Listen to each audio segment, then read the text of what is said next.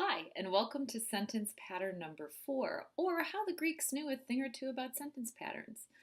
You've noticed we've switched up our appearance a little bit. I'm going to be looking at this sentence pattern from a slightly different point of view because it goes right to the Greek study of rhetoric. Here's the plan. First, we're going to talk about why it's good to write sentences in a series. It makes sense. We'll look at what makes sentence pattern number 4 a little bit different, explore why somebody's going to use this rhetorical device that is called asyndeton, and of course, as always, we'll practice. First of all, a series. A series, of course, is a list. It's probably the first time you learned how to use a comma. You put it between items in a series. Here are two examples just to jog your memory a little bit, and you could see why we even make a series. Why do we make a list when we write? Despite recent evidence about the dangers of nitrates, she will never give up hot dogs, salami, and bacon. Here we have a list of 3 nouns. At the end of this sentence, there are commas between every part because, of course, I love that Oxford comma. You've got to have the comma after salami. Look at the next sentence. We moved to the city so we would never have to mow the lawn, mulch the garden, or rake the leaves. This series is a little bit different. It's phrases. So what is sentence pattern number 4, and what does it have to do with a list? Here's another example that's going to make this clear. The historic joy of Boston can be found down cobblestone streets, beneath sinking graveyards, and behind the green monster at Fenway. This sentence can be better. How can it be better? By using sentence pattern 4. If you look at the first example, it works grammatically, it makes perfect sense, but I want you to listen to it versus pattern 4. The historic joy of Boston can be found down cobblestone streets, beneath sinking graveyards, behind the green monster at Fenway. What's the difference?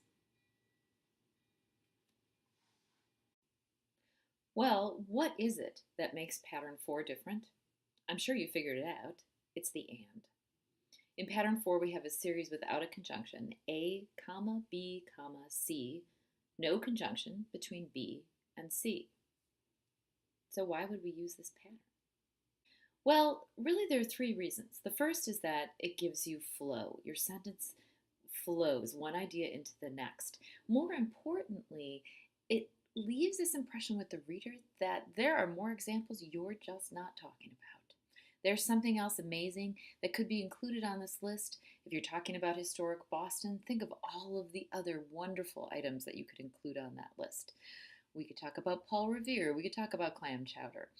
Anyway, it also has a great effect of speeding up the sentence. Always a nice touch. The Greeks had a name for pattern number 4. It is called asyndeton. Aristotle even spoke of this bit of rhetoric, and he called it a dramatic device best suited for oratory. And as you'll see, quite a few people use asyndeton in speeches. It's useful and it's dramatic. Here is famous example number 1. Julius Caesar, in a letter to the Roman Senate around 46 BC, said, Veni, vidi, vici. I came, I saw, I conquered. Each part of this in the Latin, we put commas in between each part of it. There is no conjunction before the vici.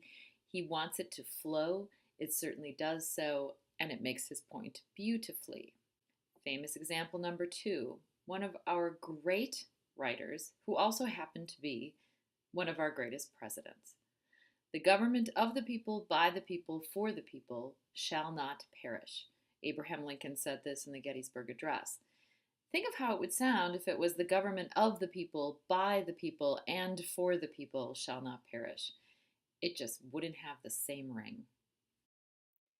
Here we have a very modern example of asyndeton, a rhetorical device that First Lady Michelle Obama actually uses quite often. And I am truly humbled to speak to you tonight on an evening that is so special for all of you, for this academy, for your families, for this country.